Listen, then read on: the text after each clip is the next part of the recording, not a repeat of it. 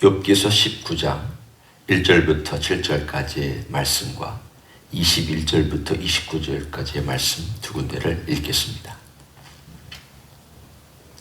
욥이 대답하여 이르되 너희가 내 마음을 괴롭히며 말로 나를 짓부수기를 어느 때까지 하겠느냐.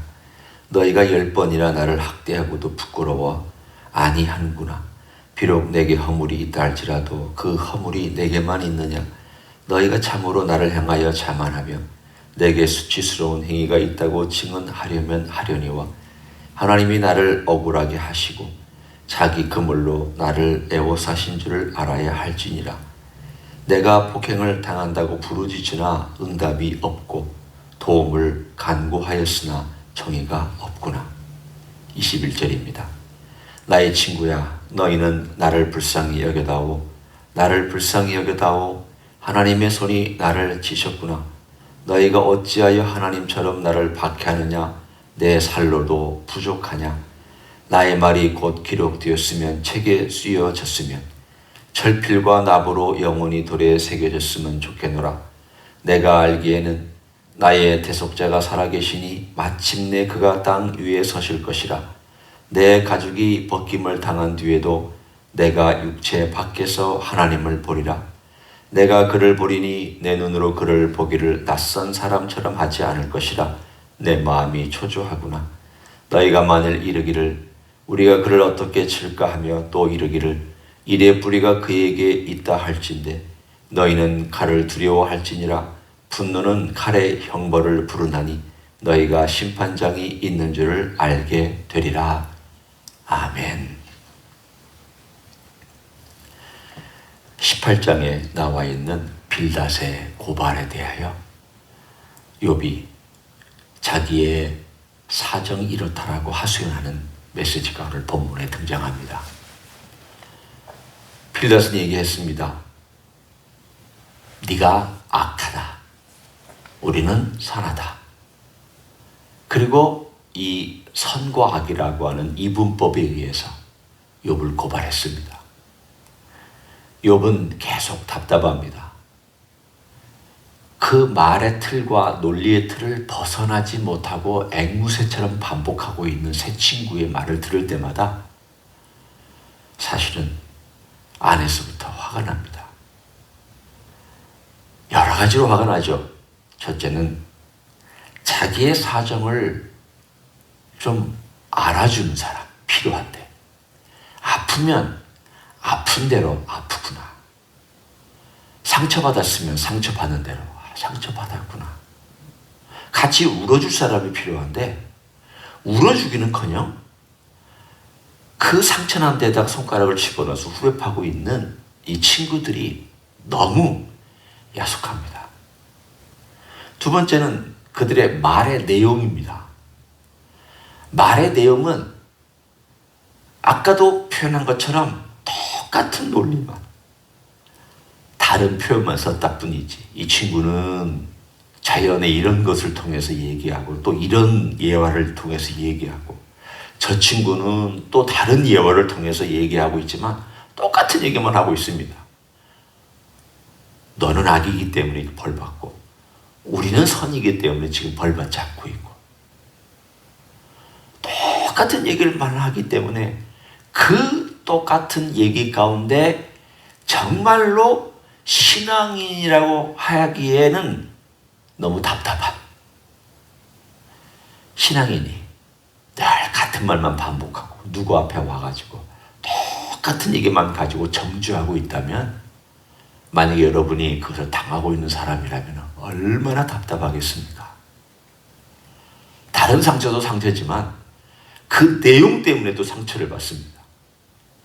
세 번째는 그들의 자세입니다. 그들의 자세가 화를 내고 역정을 내고 분노하고 심지어는 그 말투 속에 정죄하고 내용의 정죄뿐만이 아니라 그 표정 속에 정죄하고 사람이 누군가에 대하여서 멸시할 때 그 눈, 얼굴 표정, 자세 이런 거 있지 않습니까? 이 모든 것들이 지금 욥에게 있으니까 욥이 그렇게 얘기하지 않습니까? 7절에 내가 복행을 당한다고 부르짖으나 응답이 없고 도움을 간구하였으나 정의가 없구나. 이 땅에서도 친구들이라고 해봤자 도와주는 친구는 아무도 없고, 하늘에 호소하는데 하늘에서도 아무 답이 없고, 우리가 흔히 쓰는 표현처럼 내가 지금 미칠 지경이다, 그런 얘기입니다. 그런데도 불구하고 오늘 여기에 그가 그 자기네 자신이 지금 받고 있는 스트레스와 모든 압박, 고통, 상처, 하나님의 침묵, 친구들의 모멸 등등등을 안고 있고, 자기 육체의 약함, 또 다 잃어버린 상실감, 이 모든 것들이 100톤, 1000톤의 이상으로 자기를 압박하고 있음에도 불구하고 그가 견딜 수 있는 신앙의 고백이 뒤에가 읽는 가운데 우리가 읽을 수가 있습니다. 볼 수가 있습니다. 자, 한번 보십시오. 저는 이 욥이 표현한 내용을 쭉 보면서 계속 감탄하는 거지만 또 감탄합니다. 참 욥의 신앙이 대단하다. 이렇게 막 회의도 하고 의심도 하지만 중심은 분명하다. 하나님이 하는 방식에 대해서 마음에 안 들어서 막 도전을 하지만 하나님께 대한 그의 믿음은 분명하다. 우리도 그럴 수 있지 않습니까? 부모하고 자식 간에. 부모가 어떻게 한 거에 대해 자식이 마음에 안 들어요. 방식이 마음에 안 들어. 그럼 따질 수 있죠. 왜 그렇게 하느냐고. 그것밖에 못 하느냐고. 그렇다고 부모와 자식 간이 떨어지는 건 아니잖아요. 신뢰하죠. 또 부모가 자기 사랑하는 거 알죠. 그렇지만 그 방식에 대해서는 따질 수도 있어요.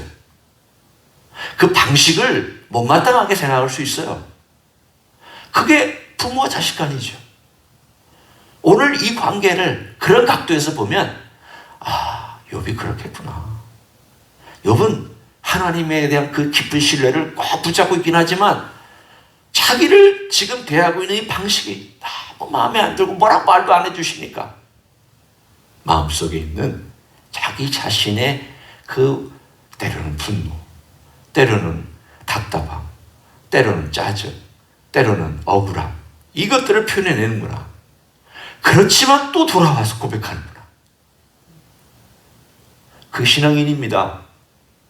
신앙인이란 아무 불평도 안 하고 원망도 안 하고 짜증도 안 내고 하나님의 하는 방식에 대해서 다 아멘 할렐루야만 하는 그런 분이 있을 수는 있지만, 그러나 제 생애 가운데 쭉 보건대 솔직하게 표현하면 늘 그렇지는 못합니다. 오늘 그가 쓰고 있는 이 단어는 정말 멋진 단어입니다. 25절을 한번 보십시오. 내가 알기에는, 내가 믿기에는 그 뜻이죠. 내가 경험하기에는 그 뜻입니다. 나의 대속자가 살아계시니 마침내 그가 땅 위에 서실 것이라. 여기서 우리가 아주 익숙한 단어 하나가 등장하는데, 대속자 혹은 구속자. 뒤에 여러분이 시편이나 또 이사야서에 가보면은 구속자라는 표현이 많이 등장합니다. 똑같은 단어입니다. 히브리어는 똑같은 단어입니다. 대속자나 구속자나. 그렇죠? 구속자라는 단어는 많이 썼지만 대속자라는 단어는 여기에만 등장합니다. 구약에서. 개념이, 이 단어가 쓰여진 첫 번째 케이스가 욥기에 나옵니다. 물론 출애굽기에 나오지만 시대적으로 출애굽기는 욥기보다 뒤입니다. 출애굽기는 BC 1400년이고 욥기의 이 내용과 이 사건은 그야말로 그보다 훨씬 전에, 몇백 년 전에 쓰여진 책이며 쓰여진 구전으로 전해진 내용이기 때문에 이 개념은 훨씬 이전입니다. 다시 얘기하면 율법이 주어지고 나서야 구속자라는 단어가 등장했습니다. 율법이 나오는 그 출애굽기 즈음에서야 대속자, 구속자라는 단어가 등장했습니다. 이 개념이 그 전부터 있을 수는 있습니다.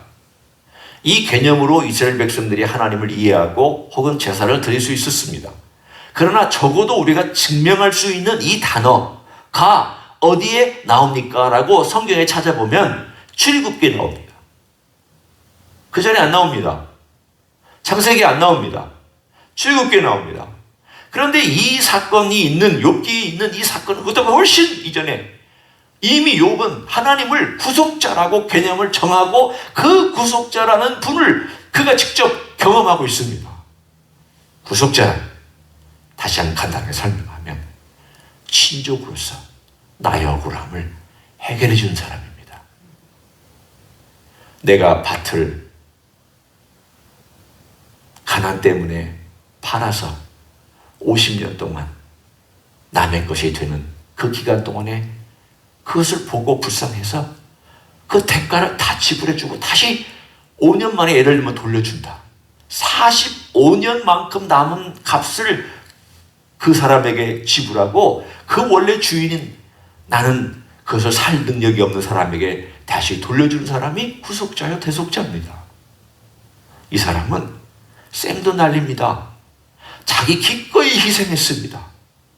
내 친족을 위해서 기꺼이 자기의 재산을 희생한 사람, 자기의 에너지를 희생한 사람, 자기의 모든 걸 희생한 사람, 하나님을 그런 개념으로 이해하고 있다는 것 자체가 제가 볼 때는 이게 진짜야? 혁명적인 거 아니야? 어떻게 이 시대에 그걸 그렇게 이해할 수 있단 말이야? 이건 후대에나 나오는 개념이고 후대에서나 쓰는 단어인데 욥이 이런 단어를 쓰고 있단 말이야. 욥과 하나님과 관계는 정말 친밀했구나. 욥은 하나님을 굉장히 친밀하게 생각하고 마치 자기의 친아버지처럼, 자기의 친척처럼, 자기를 정말 피부치가 되어서 돌봐주는 그런 친한 관계처럼 그렇게 하나님을 생각했구나. 그렇기 때문에 그가 이 고백하고 있는 겁니다. 지금 그분이 내 친족으로서 나를 대속하는 분으로서 지금은 도와주고 있지 않지만, 말씀하시지 않고 있지 않지만, 그러나 때가 되어서 언젠가 아마도 내가 죽은 다음에 그 대속자가 나를 억울함을 풀어줄 거다. 이렇게 지금 고백하고 있습니다. 그가 땅 위에 설 거다. 이 말씀은 나를 돕기 위해서 서서 든든하게 자신의 입장을 밝혀주실 때가 올 것이다. 그리고 얘기합니다. 26절에 내 가죽이 벗김을 당한 뒤에도 내가 육체 밖에서 하나님을 보리라. 자기 육체 밖에서 죽은 다음에 하나님을 볼 수 있다. 또는 그 다음에 표현에 27절에 내가 그를 보리니 내 눈으로 그를 보기를 낯선 사람처럼 하지 않을 것이라.